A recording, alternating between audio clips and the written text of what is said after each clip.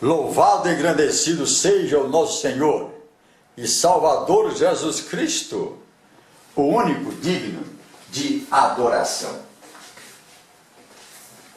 Meus amados, eu vou ler aqui um artigo escrito pelo pastor Timofei Diakof, que tem um título: O Brasil precisa de santos. Ele faz uma pergunta e vai esclarecer. Ele diz: o Papa João Paulo II, quando de sua última visita ao Brasil, disse uma frase muito importante, aspas, o Brasil precisa de santos. O Brasil precisa de muitos santos. Fecha aspas. Isso foi em 1991, há 15 anos. E Deus disse, muito tempo antes, o seguinte: sede santos, porque eu sou santo. E vós sereis santos, como eu sou santo. O reino de Deus não é composto de pessoas ímpias, destituídas do bom senso, do amor, da fidelidade e, sobretudo, da santidade. No céu não entra pecado, tristeza ou dor. Ninguém que na terra não for santo entrará no reino celestial. Diz a epístola aos Hebreus: segui a santificação, sem a qual ninguém verá o Senhor. O Senhor Jesus Cristo enviou-nos a pregar a sua santa palavra. Em outras palavras, Deus incumbiu-nos de levar os homens a viverem uma vida santa e irrepreensível. O Brasil e o mundo todo precisam de santos, e de muitos santos, porém, não santos falecidos, não santos mortos, mas santos vivos. O Brasil, terra abençoada por Deus, mas tão corrompida pelos homens ímpios, terra que tem de tudo, até a corrupção, possui gente destituída de altruísmo, gente egoísta, gente gananciosa, onde funciona a palavra venha a nós e o resto que se dane e que se arrebente. Um país que se chama cristão, ou de quem falam ser o maior país cristão do mundo, que pena, ledo engano, diz aqui o escritor. O Brasil precisa de santos, de muitos santos, sim, mas santos vivos, santos que amem a Deus, santos que exerçam uma influência digna, santos que procurem o bem da coletividade, santos que intercedam pelo bem da humanidade, através da oração, e que também tenham Jesus Cristo como único mediador entre Deus e os homens, como está em 1 Timóteo 2, versículo 5. O mesmo apóstolo Paulo, que escreve tais palavras, pede que, na terra, intercedamos pelos reis e por todos os que estão investidos de autoridade. E esse pedido é feito aos santos vivos, aos santos que habitam a terra, que enfrentam a fadiga do dia a dia, pois não são os santos já falecidos que irão interceder pelos pecadores, mas os pecadores salvos pelo precioso sangue de Jesus Cristo é que irão interceder por eles junto a Deus em suas orações. O Brasil precisa de santos, de muitos santos, e você, prezado amigo, pode e deve ser santo, pois Deus o chama para viver a verdadeira santidade. Quando o apóstolo Paulo escreve as suas epístolas, ele as dirige assim às igrejas: aos santos de Corinto, aos santos de Filipos, aos santos da igreja de Colossos, etc. Pois as igrejas de Jesus, as verdadeiras igrejas de Jesus Cristo, são compostas de pessoas santas, pessoas que foram lavadas pelo sangue do Filho de Deus.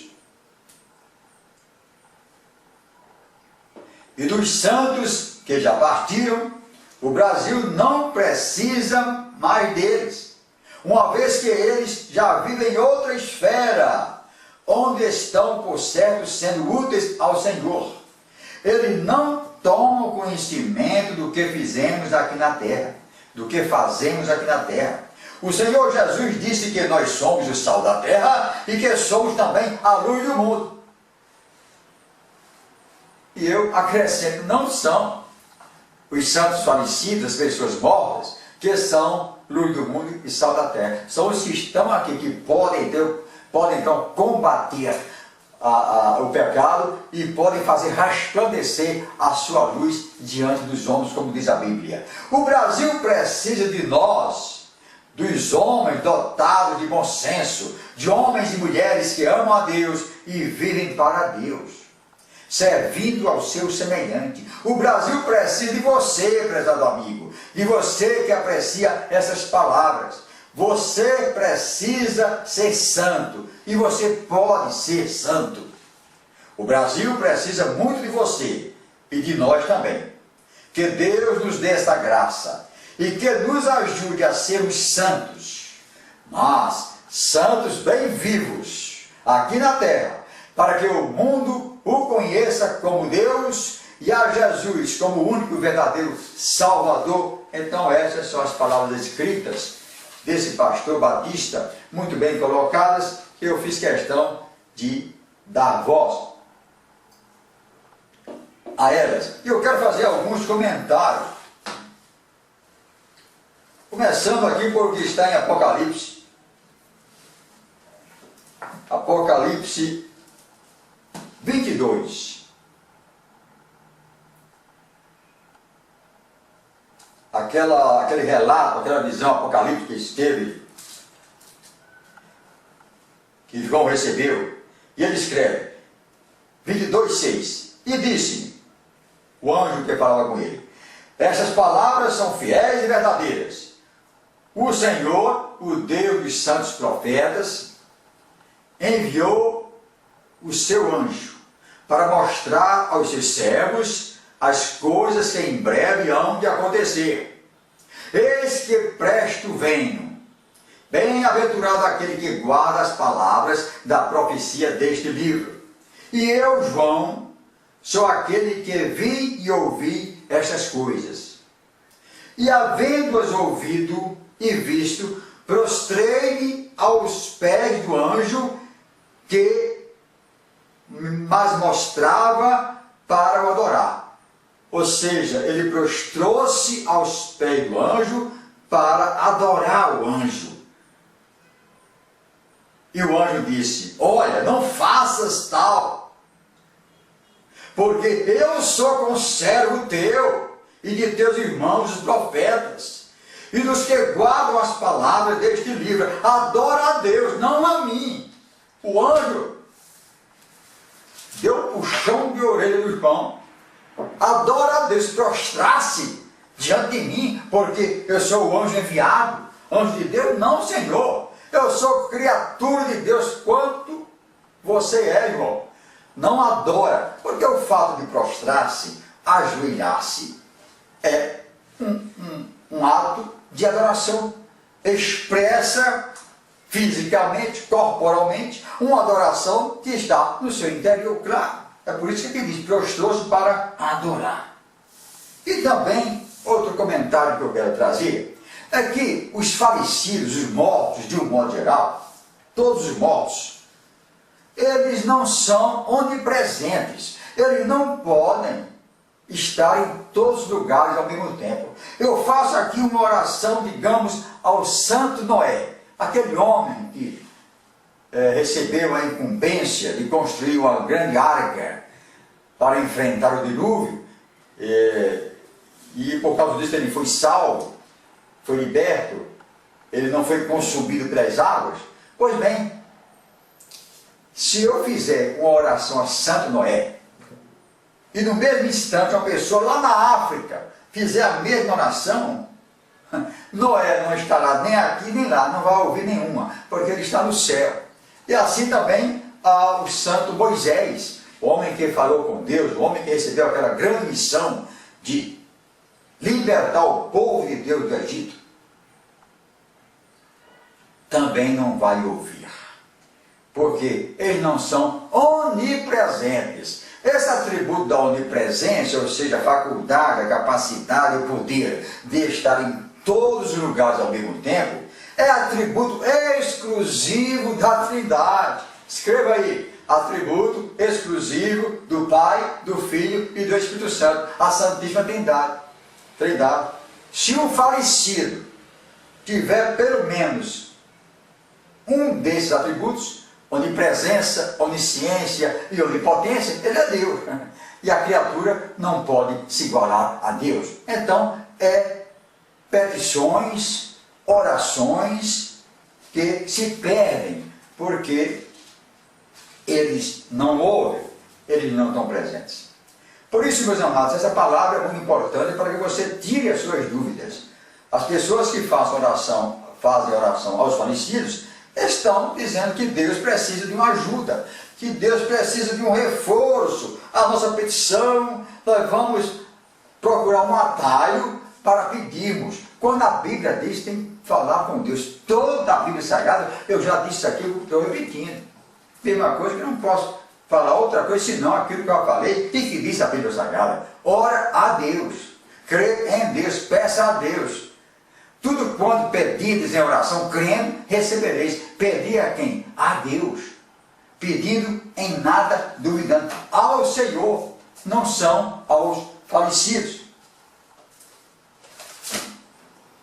E nós temos aqui também o que aconteceu na transfiguração do Senhor Jesus. Diz assim a palavra, está em Mateus 17. 6 dias depois, tomou Jesus consigo a Pedro e a Tiago e a João, seu irmão, e os conduziu, em particular, a um alto monte, e transfigurou-se diante deles, e o seu rosto resplandeceu como o sol, e as suas vestes se tornaram brancas como a luz. E eis que lhes apareceram Moisés, Elias, falando com ele. Lhes apareceram Moisés e Elias, santos falecidos que estão na glória. E Pedro, tomando a palavra, disse a Jesus: Senhor, bom é estarmos aqui. Se queres, façamos aqui 3 tabernáculos, um para ti, um para Moisés e um para Elias. E estando ele ainda a falar, eis que uma nuvem luminosa os cobriu. E da nuvem saiu uma voz que dizia: Este é o meu Filho amado, em quem me comprazo, escutai-o.